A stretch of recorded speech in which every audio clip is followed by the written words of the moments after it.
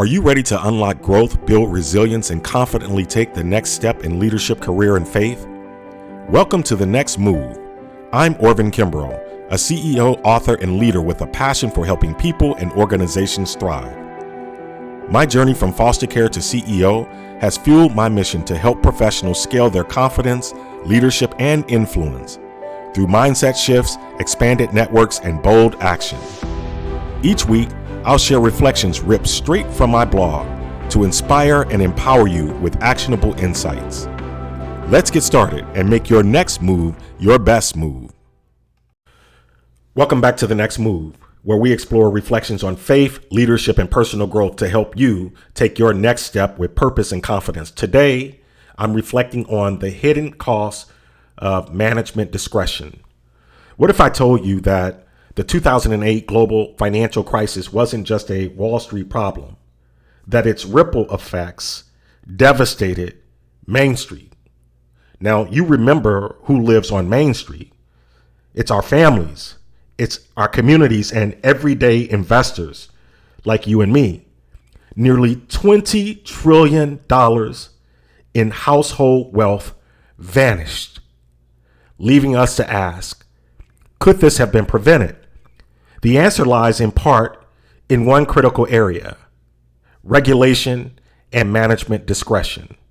Now, management discretion, these are the judgment calls leaders make that can either drive growth and innovation or pave the way for misaligned incentives, unethical practices, and they have devastating consequences.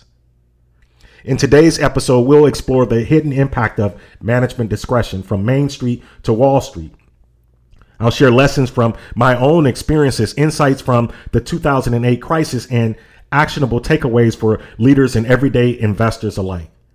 Whether you're managing a team, running an organization, or just trying to understand how your retirement savings are tied to corporate governance, this episode is for you. Let's dive in. Let's start with a moment of perspective. In the 2008 global financial crisis, nearly $20 trillion in household wealth just disappeared. That's $20 trillion, folks. It's gone. Imagine the impact on the families who lost their homes, retirees whose savings simply evaporated, and communities that were left to rebuild. And at the heart of it, unchecked management discretion. Poor governance and a lack of oversight created an environment where risky decisions weren't just tolerated. Guess what? They were incentivized. It's a stark reminder of how critical ethical leadership and accountability are, not just for Wall Street, but for Main Street's protection. The fallout from 2008 led to significant reforms. In banking, there was something called CECL, Current Expected Credit Loss, and IFRS 9, which aims to create greater transparency and accountability within broader business. This accountability in how companies manage risk. But here's the thing: regulation can only go so far. At the end of the day, discretion, the judgment calls leaders make, remain a double-edged sword. Let's talk about what that looks like in a real-world scenario. When I worked in fundraising, I dealt with projections all the time, some based on signed pledge cards, others on verbal commitments. Now, verbal pledges were tricky. Without documentation, they were harder to substantiate, which left me vulnerable to scrutiny from the CEO and the board. I quickly realized that verbal pledges were a weak link. So I created a system to shift those verbal commitments into email documentation. My goal to make sure every projection was verifiable. Why? Because I knew that without solid documentation, those numbers could be seen as inflated or misleading. The same principle applies in banking or any industry. When you're making decisions or reporting numbers, you have to ask, what evidence supports this? How did you arrive at these projections? Without clear accountability, you're leaving room for error or worse, manipulation. Now, let's look at the role of regulation and oversight. Let's talk about why oversight matters. My wife, who's an auditor, once told me, pay attention to accruals, both revenue and expense. They'll show you where judgment is impacting the numbers. This insight was given to me early in my career and it stuck with me. In banking, allowance for credit loss is one of the clearest examples of how management discretion plays out. It involves both data-driven projections and judgment about future risks. This balance is critical, but it's also where things can go wrong. Regulations like CECL exist to add guardrails.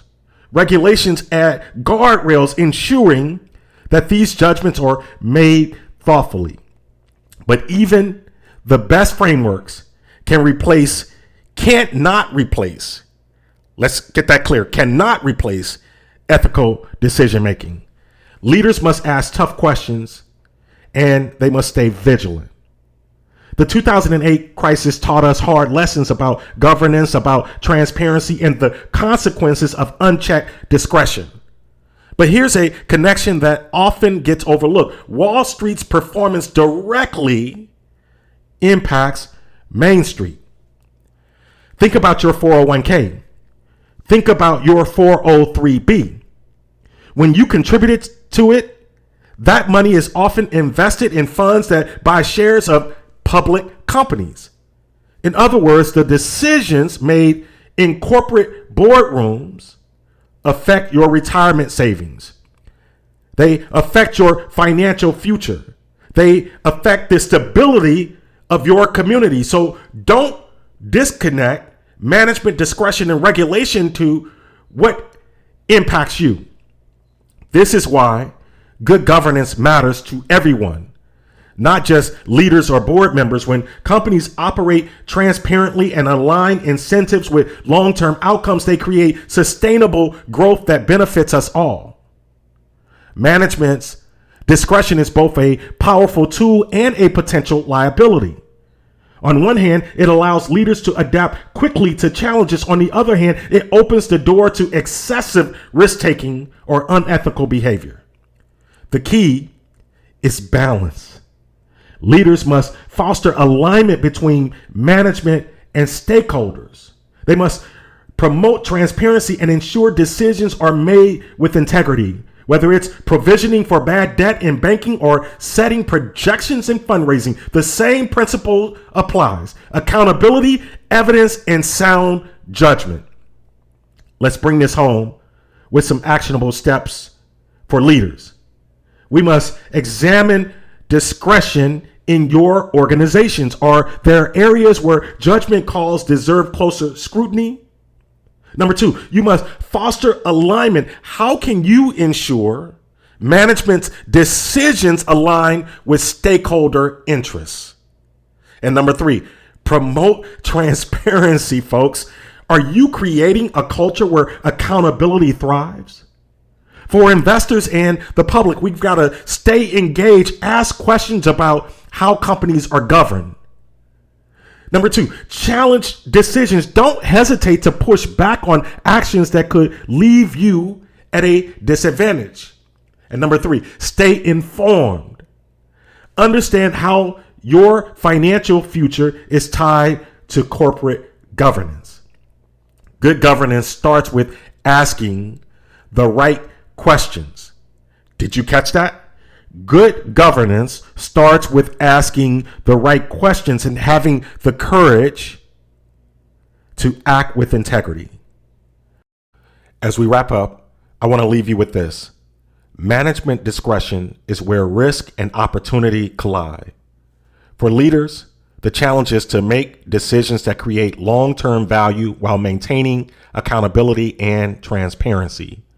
For the rest of us, it's about staying informed and engaged, because We all have a stake in what happens on Wall Street.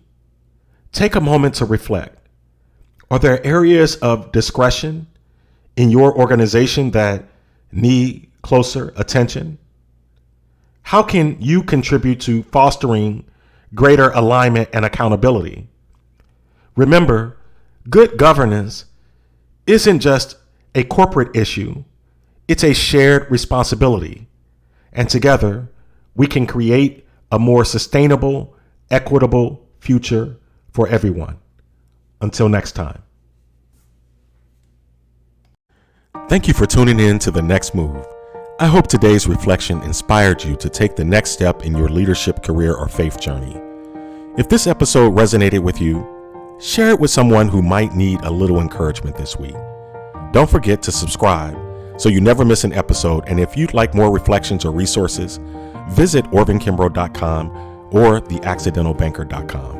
Until next time, remember, every step you take brings you closer to thriving.